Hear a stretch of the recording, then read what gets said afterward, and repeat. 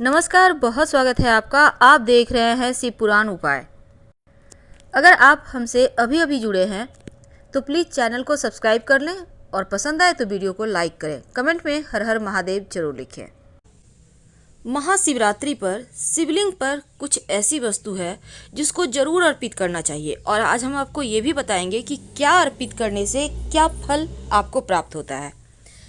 तो चलिए शुरुआत करते हैं। देखिए, महाशिवरात्रि के आते ही आप में उत्साह तो आ ही गया है और अपने अपने तरीके से आप प्रसन्न भी करेंगे शिव जी को। अब महाशिवरात्रि हिंदुओं का बहुत ही शुभ और बड़ा त्योहार है और शिव जी को प्रसन्न करने के लिए खूब धूमधाम से आप त्योहार मनाते हैं। मान्यता है कि महाशिवरात्रि हिंदी कैलेंडर के 11वें महीने में मनाई जाती है और इस दिन को शिव की महान रात्रि के रूप में मनाया जाता है। फाल्गुन मास के कृष्ण पक्ष की चतुर्दशी तिथि को भगवान भोलेनाथ और मां पार्वती दोनों का विवाह उत्सव के रूप में भी हम मनाते हैं। ऐसा कहा जाता है इस दिन भगवान शिव ने धरती को नष्ट होने से बचाया था, लेकिन उन्होंने ये शर्त भी रखा था कि सभी भक्त उनकी सच्ची श्रद्धा से पूजा उपासना करें तो बेहतर होगा। तो क्या अर्पित करें कि शिव जी को प्रसन्न कर पाएं? देखिए, फल जरूर अर्पित कीजिएगा, आपको जो भी मिले। अब बात करते हैं दूध की। भगवान भोलेनाथ का दूध से अभिषेक करने से सदैव आपका स्वास्थ्य अच्छा रहता है, रोगों से मुक्त रहते हैं, क्योंकि विष्णु पुराण कहता है कि समुद्र मंथन के दौरान शिव जी ने सारा विष अपने कंठ में ग्रहण कर लिया था, जिसके चलते उनका शरीर नीला पड़ने लगा। तभी सभी देवताओं ने उनका दूध से अभिषेक किया तो विष का असर उन पर से कम हो गया। अब दूसरी वस्तु है जल। नमः शिवाय का जप करते हुए शिवलिंग पर जल अर्पित करें तो आपका मन शांत रहेगा, आपके अंदर करुणा का भाव आएगा और विष का प्रभाव कम करने के लिए देवताओं ने उनके ऊपर जल भी डाला था। चीनी।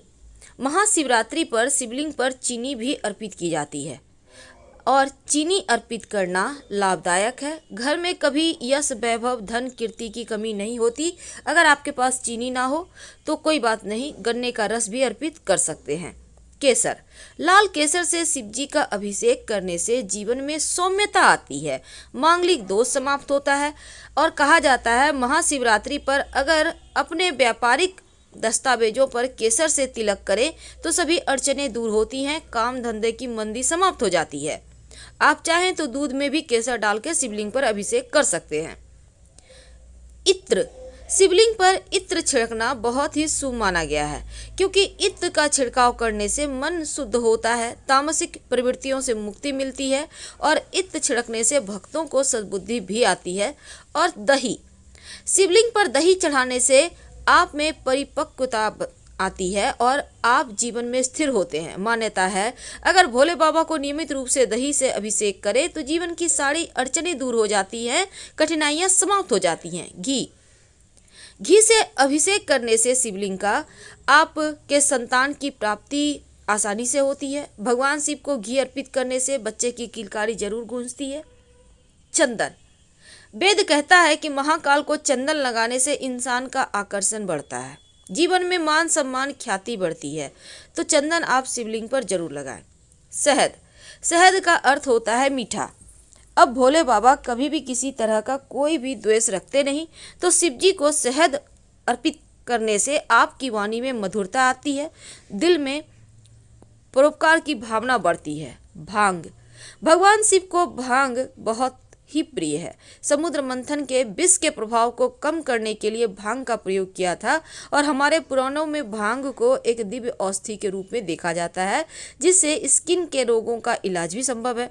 लेकिन अब जो हम बातें करेंगे वो नॉर्मली आप अपने मनोकामना अनुसार अर्पित कर सकते हैं।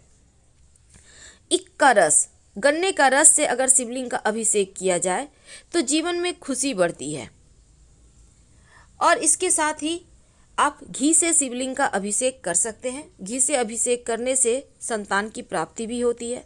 वैसे जब आप शिव जी की पूजा करेंगे तो तांबे का बर्तन आप इस्तेमाल कर सकते हैं और इसके अलावे आप धतूरा का पुष्प और इस धतूरा का पुष्प अर्पित करने से क्या होता है ना, जीवन के हर शत्रु विरोधी शांत हो जाते हैं, पीपल का पत्ता अगर शिवलिंग पर अर्पित किया जाए तो स्वास्थ्य संबंधी परेशानी, मन से संबंधित परेशानी समाप्त हो जाती है।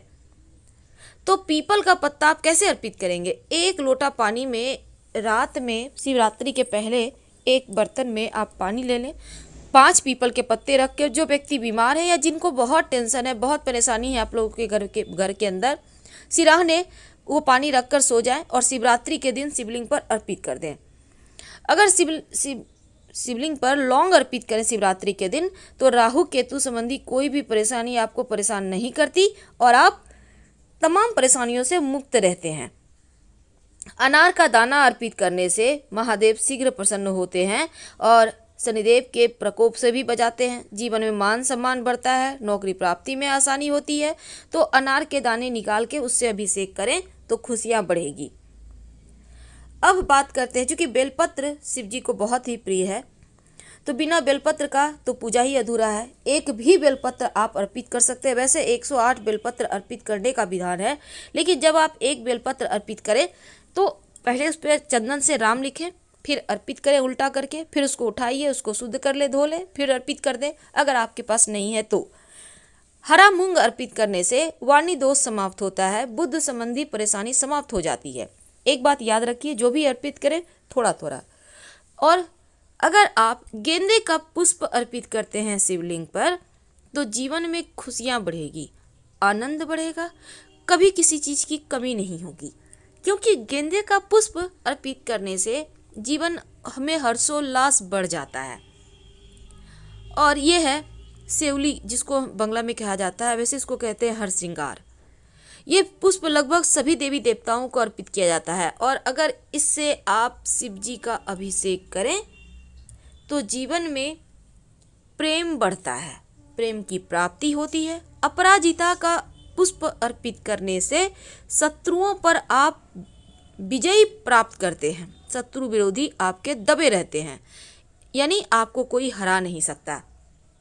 अगर दुश्मन बहुत बढ़ गए हों तब शिवलिंग पर लाल गुड़हल के पुष्प अर्पित करें। शत्रु विरोधी चाहकर भी आपका बाल विवाह का नहीं कर पाएंगे। लाल गुड़हल का पुष्प शत्रुओं को शांत रखता है। अब आक का पुष्प, आक का पुष्प अर्पित करने से एक तो शिव जी को सबसे ज़्यादा प्रिय भी है और जीवन में ये जो आक का, अगर आपके दुश्मन ज़्यादा हो तो आक के दूध से शिवरात्रि के दिन आक के पत्ते पर दुश्मन का नाम लिखकर वहीं वृक्ष के नीचे या कहीं भी मिट्टी में दबा दे तो दुश्मन शांत रहते हैं। यह है गुलाल, जिसको अबीर कहते हैं, अबीर गुलाल जरूर अर्पित करें, क्योंकि शिवरात्रि के दिन उनका विवाह होता है तो उस दिन मस्ती होती है, नाच गाना होता है, इसलिए अबीर जरूर अर्पित कीजिए और हर किसी को तिलक कीजिए अबीर से। अंत में जब आरती करेंगे तब आरती में आप कपूर और लौंग जलाकर आरती करें, सब जगह दिखाइए, फिर सबको आरती लीजिए और आरती लेने के समय कुछ कॉइन वहाँ पे रखिएगा। इसके बाद उसको उठाकर किसी पास के मंदिर में रखा है। तो आप घर में भी इस तरह से पूजा कर सकते हैं, क्योंकि मंदिरों में भीड़ रहती है, तो पूजा करें और इसका फल आपको मिलेगा। धन्यवाद।